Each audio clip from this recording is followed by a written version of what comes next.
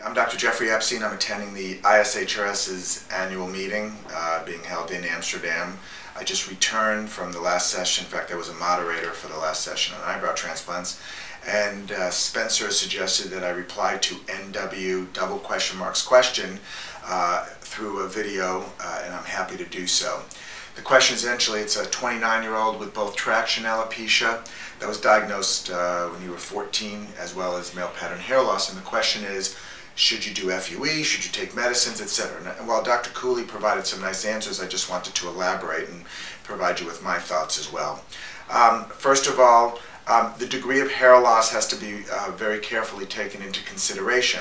We know you have a somewhat limited donor supply, and obviously the first thing is, in addition to the degree of hair loss, we want to make sure that the traction alopecia has any amount of hair that was going to grow back has fully grown back.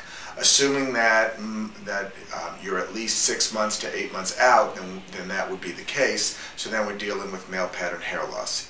Typically, for a 29-year-old who's not willing to take medication, the approach with hair transplants needs to be a relatively conservative one. We don't want to do, first we don't want to transplant all 29-year-olds. Want to make sure you understand the risk of progression of future hair loss.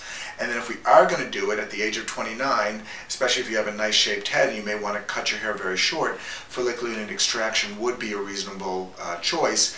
However, once again, limited donor supply means a limited amount of work that can be done. I also do think if you would consider going on Propecia, taking it every other day, 1 milligram of finasteride, that would be a reasonable compromise to getting some effects. So I think you need to evaluate your whole situation. I think down the road there may be PRP, platelet-rich plasma injections, which may be of some benefit.